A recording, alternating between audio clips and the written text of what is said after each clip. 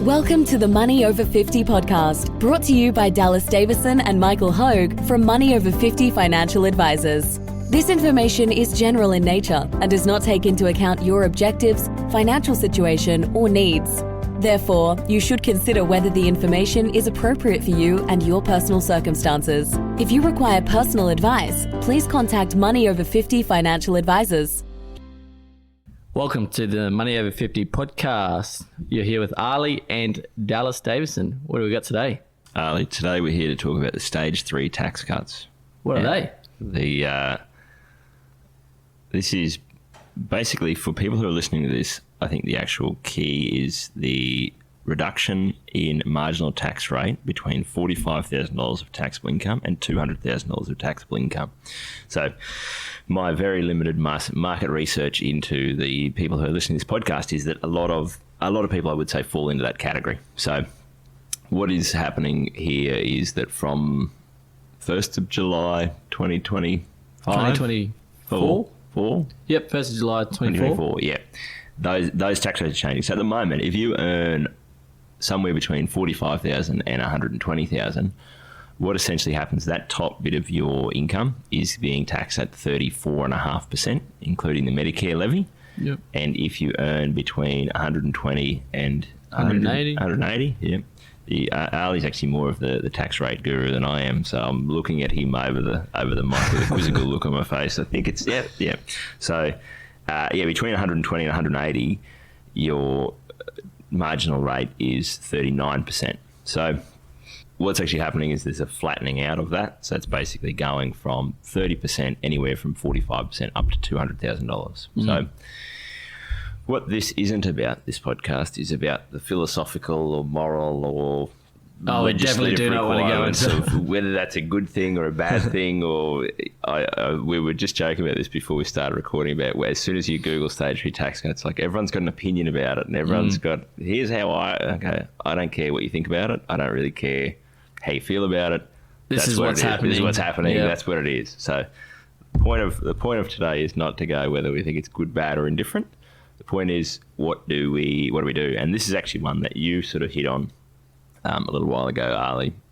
Is when we're talking about, for a lot of people, with their carry forward contributions. So a lot of people who come to see us have got a fair bit of money they can contribute into super and claim a tax deduction on. So you can carry that forward for up to 5 years. And so you were sort of raised this a little while ago to go, well, given that those, for a lot of people, their marginal tax rate is going from 39 or 34.5% down to 30%, it actually makes sense to use up more of that over this year and next. Which it's a perfect opportunity to. It's probably the only good thing that come out of having a higher tax rate and paying more is that you get that larger tax deduction. So even though you'll still be paying a fair bit of tax if you're on a high income, it'll drop significantly because of those tax brackets. These next 2 financial years are the key.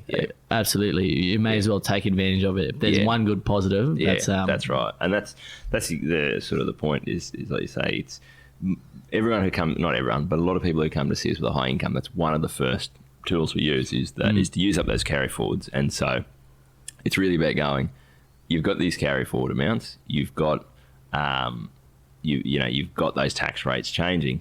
That is just a one of the drivers. Like for a lot of people that are coming to see us right now, like at the end of the financial year, it's a pretty handy one because there's normally a pretty big lump sum that you can put into super and claim a deduction on. Yep. And that's it. Where like in previous years we've gone, right, we might as well spread that out over a few years. And at the moment, for this year and next, we're basically telling people pull cash from anywhere you can get it from. Yep. Get your hands on whatever you can, get it in there, especially if you're paying 39%.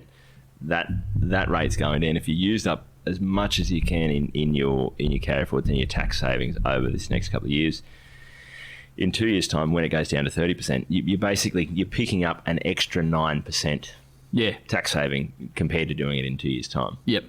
As well as the fact that you've got the money into super, you've got it working for you for another 2 years, and you've got the tax refund back in your kick right now.